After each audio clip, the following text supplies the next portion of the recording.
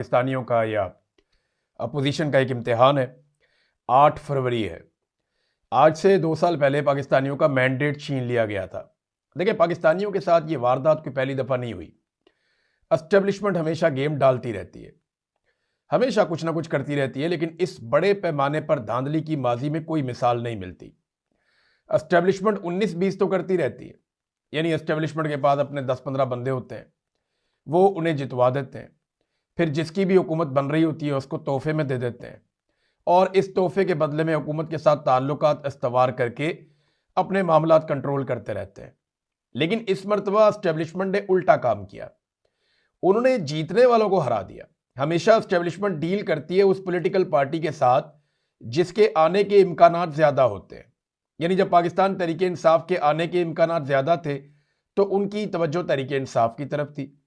2013 में नून लीग के आने के इम्कानात ज़्यादा थे तो उनकी तवज्जो नून लीग की तरफ थी। 2008 में बेनज़ीर की शहादत के बाद पीपल्स पार्टी के आने के इम्कानात ज़्यादा थे तो उस वक्त की एस्टेब्लिशमेंट ने पीपल्स पार्टी के साथ मामला कर दिया था। हमेशा यही होता है।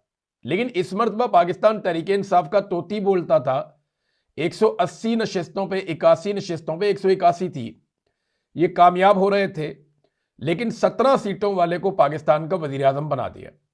ये पाकिस्तान की एस्टेब्लिशमेंट ने इतने बड़े पैमाने पर ज्यादती पहली मरतबा की। ये पाकिस्तानियों के मैंडेट के ऊपर डाका है, पाकिस्तानियों के वोट की पर्ची की तौहीन है और पाकिस्तानियों की इज्तमाई दानिश को बंद कमरों के फैसलों में इन्होंने बूटों के तले रौंद दिया। पाकिस्तानियों की बेइज्जती की चंद लोगों ने बंद कमरों में बैठ के, जिनमें आसिम मुनीर साहब सर फहरिस्त हैं। अब एक मरतबा फिर आज इम्तिहान है, पहिया जाम हड़ताल का इन्होंने ऐलान किया पाकिस्तान तहरीक इंसाफ ने, और ये उनकी पहली ऐसी कोशिश है जिसमें वो मुल्क बंद करने जा रहे हैं। इससे पहले इस किस्म की कोई कोशिश इस तहरीक में पाकिस्तान तहरीक इंसाफ ने नहीं की। शाम तक सूरत हाल वाज़े हो जाएगी और मैं अगले वीलॉग में आपको बताने के काबिल होऊंगा कि पाकिस्तान तहरीक इंसाफ किस हद तक कामयाब हुई और अगर नहीं हुई तो किस वजह से नहीं हुई, और अगर तो इन्हें कामयाबी मिलती है तो ये एक बहुत बड़ा एतमाद इन्हें मिलेगा। एस्टेब्लिशमेंट को घबराहट तारी हो जाएगी और उसके बाद एस्टेब्लिशमेंट को कोई और रास्ता इख्तियार करना पड़ेगा। पाकिस्तान तहरीक इंसाफ का दबाव बढ़ जाएगा और उनको ये समझ आ जाएगी कि हम मुल्क बंद कर सकते हैं मुस्तकिल तौर पे भी, और फ्यूचर में वो इस प्लान को मजीद रिफाइन कर सकते हैं। अगर कामयाब नहीं होते तो फिर इन्हें सीखना पड़ेगा, दोबारा नई हिकमत अमली बनानी पड़ेगी और ज्यादा मेहनत करनी पड़ेगी। देखिए, इमरान खान ने और कोई रास्ता छोड़ा ही नहीं है लड़ाई के अलावा। इमरान खान ने कोई डील लेने से इनकार कर दिया। अभी हाल ही में दोबारा उन्हें डील ऑफर हुई है, लेकिन इमरान खान साहब डील ले नहीं रहे। देखिए, वजूहात आपको समझनी पड़ेगी। नंबर एक ये है कि एस्टेब्लिशमेंट को यह बात समझ आना शुरू हो गई है कि जितना मर्जी मारो, ये इमरान खान का जिन बोतल में बंद नहीं कर सकते।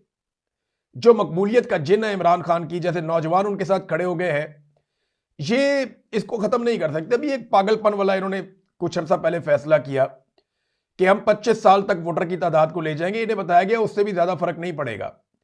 आप जेनजीज की एक तादाद को बीच में से निकाल देंगे तो बाकियों का आप क्या करेंगे? जो इससे पहले वाली जनरेशन है, जनरेशन वाई, उसका आप क्या करेंगे?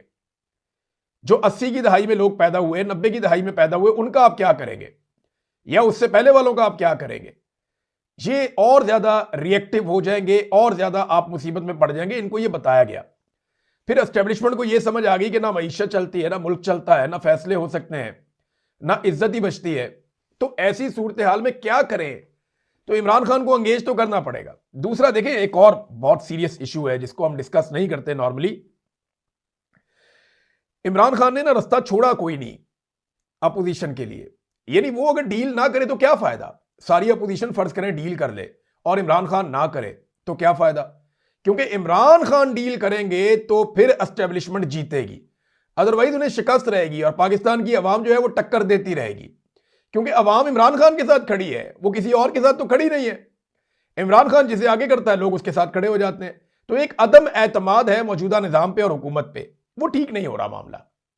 फिर डोनाल्ड ट्रंप जो इस हुकूमत का माई बाप बना हुआ है, हम सब जानते हैं, जिस तरह शहबाज शरीफ साहब उनके जूते पॉलिश करते हैं, शू शाइन बॉय का एक इंटरनेशनल उनको खिताब भी मिला। जैसे आसिम मुनीर साहब, उनको डोनाल्ड ट्रंप को पसंद है, मेरा फेवरेट फील्ड मार्शल है, वो ये कहते हैं। तो ये तो माई बाप बना हुआ था पाकिस्तानी सरकार का, मौजूदा रजीम का। अब वही आदमी खतरा बन गया है। मैं कई महीनों से आपको यह बता रहा हूं कि डोनाल्ड ट्रंप से ये जिस किस्म के वादे करके आ गए हैं या जिस किस्म की कमिटमेंट्स इन्होंने डोनाल्ड ट्रंप को दे दी हैं, जैसी इन्होंने डोनाल्ड ट्रंप को यकीन दहानियां करवा दी हैं, ये कोई इतना आसान नहीं होगा उन अहदाफ को पूरा कर देना। अब डोनाल्ड ट्रंप जो है उसकी डिमांड्स आएंगी, बल्कि ऑब्वियस है कि वो आनी है, वो दबे लफ्जों में चीजें कहता भी रहता है। तो डोनाल्ड ट्रंप की बातों को पूरा करना इतना आसान नहीं। बेशक फील्ड मार्शल आसिम मुनीर का कंट्रोल बहुत अच्छा है, लेकिन सब कुछ अच्छा नहीं है। और पाकिस्तान वैसे भी एक हैरत कदा है, यहां पे कभी क्या हो जाए कभी क्या हो जाए कुछ पता नहीं होता। किस लम्हे लोग किस तरफ चल पड़े, किस जगह पे कौन खड़ा होकर क्या हरकत कर दे, ये किसी को आइडिया भी नहीं होता। तो इतना आसान भी नहीं होता चीजें करना। तो डोनाल्ड ट्रंप को मैनेज करते करते प्रेशर बहुत ज्यादा बढ़ना शुरू हो गया। इमरान खान को टैकल इन्हें करना पड़ेगा। ये जो मर्जी कर लें, जहां मर्जी चले जाएं, इनको अडियाला जेल में जाना पड़ेगा। और अब कुछ इतलात आ रही हैं मुतजाद किस्म की कि अडियाला जेल के दरवाजे से कुछ लोग गुजर के अंदर की तरफ गए हैं और उन्होंने अंदर जाने के बाद कुछ ऑफ द रिकॉर्ड बातें की हैं।